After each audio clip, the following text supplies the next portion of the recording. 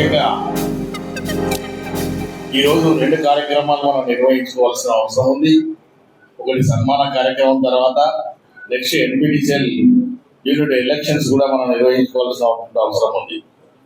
మరి నేను ఈ సందర్భంగా ఇద్దరికి వర్కింగ్ ప్రెసిడెంట్లకు తెలియజేసేది ఏంటంటే, నీల మహేష్ గారు వాస్తవంగా ఉమ్మడి జిల్లా అధ్యక్షుడిగా కొన్ని సందర్భాల్లో పదవికి కూడా త్యాగం చేసి కొంతమంది ఈ నెలలో చేరుతున్నట్టే ఆ పదవిని కూడా అప్పచెప్పినటువంటి త్యాగశీలి ఐలేష్ గారు. అదేవిధంగా జనగామ జిల్లాలో చెక్కు చెందకుండా 327 యూనియన్ ఆర్గనైజేషన్ అక్కడ ఏకపక్షంగా ఉందంటే నరేంద్ర రెడ్డి గారు ఐలేష్ గారి యొక్క సాన్నిధ్యంలోనే ఉందన్నమాట వాస్తవం.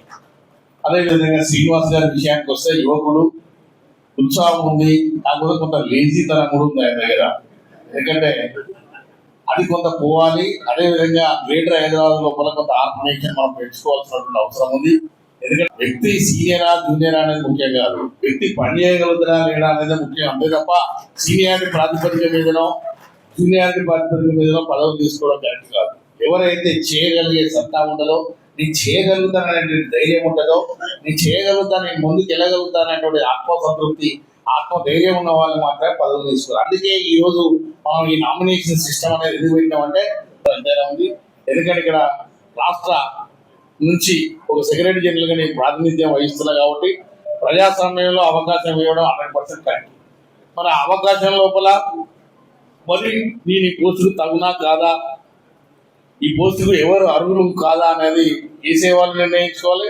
అదేవిధంగా జిల్లాలో ఉన్నటువంటి అధ్యక్ష కార్యదర్శులు కూడా మీ అందరికీ నామినేషన్ మాత్రం ఇంట్రెస్ట్ ఉన్న నామినేషన్ వేయాలి. నామినేషన్ వేసిన తర్వాత ఎవరైతే ఒక పోస్టుకి 2-3 వచ్చినప్పుడు తప్పకుండా మీ అభిప్రాయాలను తప్పకుండా ఎలక్షన్ ఆఫీసర్స్ స్వీకరించడం జరుగుతుంది. ఆ అభిప్రాయాలు కూడా ప్రతి సమస్యలు కూడా 327 ఎంకపోయేది లేదు. మరి అందరం కలిసికట్టుగా ప్రయాణం చేసి రాబోయే ఎన్నికలు జరిపితే మన యూనియన్ గెలిస్తేనే మన అందరికి గౌరవం ఉంటుంది తప్ప ఇలా సంపన్న జాతులు సంపన్న యూనియన్లు కొట్టినాయి ఇలా ఎలక్షన్ లో. మరి దానివల్ల ఏమైందంటే ఎగ్జిస్టింగ్ ఉన్నటువంటి 70-80 ఏళ్ళ నుంచి నడిచే యూనియన్లకు కూడా విలువ లేకుండా పోయింది. దీని అంతటి కారణం ఏంటంటే ప్రజాస్వామ్యంలో ఎవడు పడితే వాడే యూనియన్లు పెట్టి మొత్తం యూనియన్లకే విలువ లేకుండా పరిస్థితి వచ్చింది. ఇది ఫ్యూచర్ లో ఒక యూనియన్లకే కాదు, మొత్తం ఎలక్షన్ సమాజానికే నష్టం జరిగే పరిస్థితి. ఎందుకంటే స్ట్రాంగ్ యూనియన్స్ లేకపోవడం వల్ల స్ట్రాంగ్ నెగోసియేషన్స్ అనేది పోతుంది. ఎప్పుడైతే బలమైన యూనియన్లు ఉంటాయో అప్పుడు బలమైనటువంటి వ్యవస్థ పనిచేస్తుంది. యాజమాన్యానికి కూడా భయం భక్తి అనేది ఉంటుంది. మనం ఎప్పుడైతే ఇది కొంత మార్పు తీసుకురండి, నాయకత్వంలో పదవుల కోసమే కాదు పదవుల్లో అన్నీ తెచ్చే విధంగా ప్రయత్నం చేయాలని కోరుకుంటూ ఈ అవకాశం ఇచ్చిన మీ అందరూ కూడా మరొకసారి కృతజ్ఞత తెలియజేస్తున్నాం.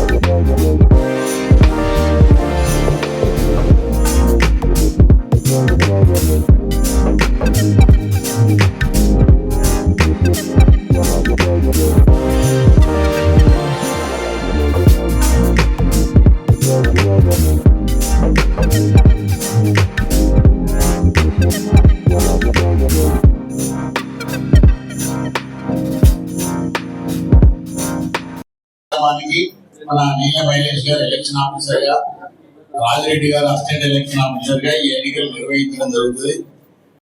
సీనియర్ వర్కింగ్ ప్రెసిడెంట్ ఒకటి, వర్కింగ్ ప్రెసిడెంట్ ఒకటి, వైస్ ప్రెసిడెంట్ 5 ఉంటాయి. జిల్లా 16 ఉన్నాయి మనకు. సరే 1-2 పెంచడానికి అవకాశం ఉంటుంది తప్ప 16 జిల్లాలకు 16 వైస్ ప్రెసిడెంట్ పెట్టలేము. అదేవిధంగా సెక్రటరీ కూడా ఒకటే పోస్ట్, జాయింట్ సెక్రటరీ కూడా 5 ఉన్నాయి, ఆర్గనైజింగ్ సెక్రటరీ 5 ఉన్నాయి, ట్రెజరర్ 1 ఉంది, ఆఫీస్ సెక్రటరీ 1 ఉంది. ఇవి పోస్టులు మొత్తం.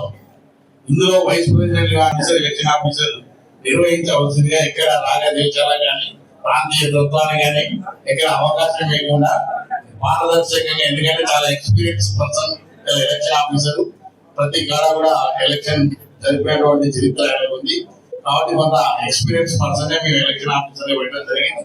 Election officer thank you sir, thank you sir చెప్పేది మొత్తం. ఇప్పుడు నామినేషన్లు వేసిన తర్వాత వాపసు పడుకున్నప్పుడు ఒకటి పాయింట్ మీకెళ్ళి మేము పిలుస్తున్నాం. ఇప్పుడు అధ్యక్ష పదవికి నామినేషన్లు స్వీకరించబడదు.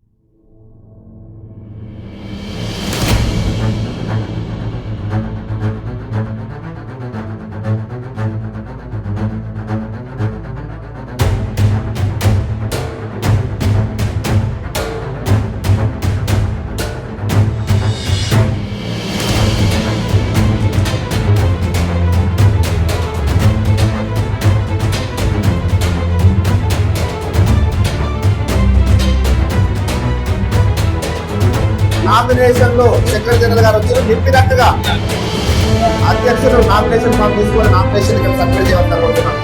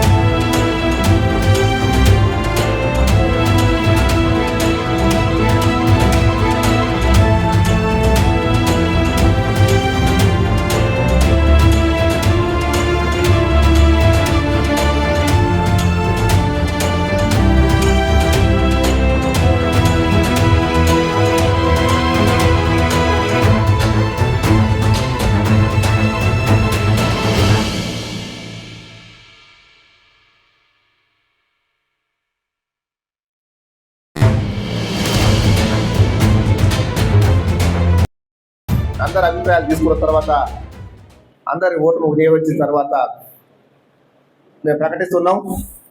ఈరోజు కంపెనీ అధ్యక్షుడిగా పి మహేందర్ రెడ్డి గారిని ఏకగ్రీవంగా ఎన్నుకున్నారు. మూడవసారి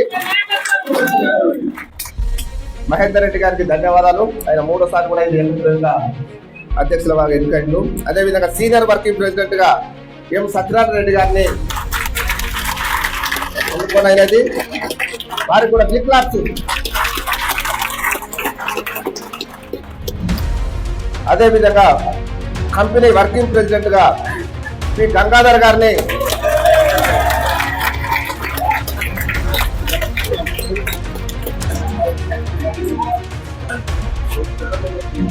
అదేవిధంగా సెక్రటరీగా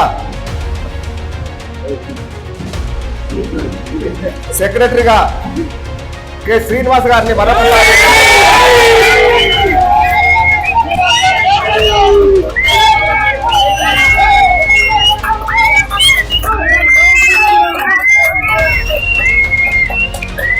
అదేవిధంగా కోశాధికారిగా ట్రెజరర్గా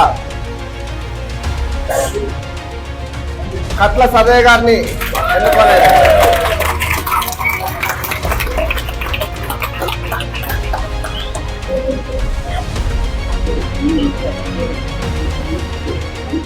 అదేవిధంగా వైస్ ప్రెసిడెంట్ గా పి భాస్కర్ గారిని, ఎండి రెహమాన్ గారిని, కె రాజేష్ గారిని, శ్రీమతి ఎం అమరావతి గారిని, ఏ సుధాకర్ గారిని, వి శ్రీనివాస్ గారిని, సాయిని సంజయ్ గారు, వీళ్ళను వైస్ ప్రెసిడెంట్ గా ఎన్నుకోనేది ఒక్కసారి అందరు చప్పట్లు కొట్టాలి.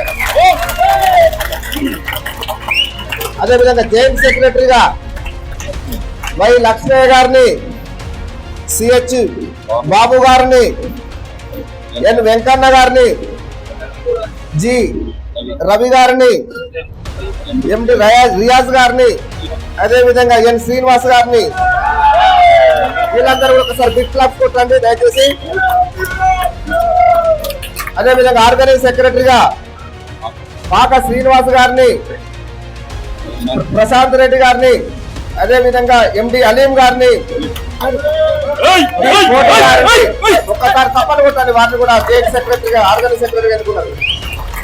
అదేవిధంగా ఆఫీస్ సెక్రటరీగా మిత్రుడు వి సునీల్ కుమార్ గారిని కూడా ఆఫీస్ సెక్రటరీగా మనందరికి అందుబాటులో ఉండే సునీల్ కుమార్ ని కూడా ఆఫీస్ శిక్షణతో ఒక మంచి వాతావరణంలో ఇవాళ ఈ రోజు ఇంత మంచి కార్యక్రమాల్లో మీరు పాల్పంచుకున్నందుకు ధన్యవాదాలు.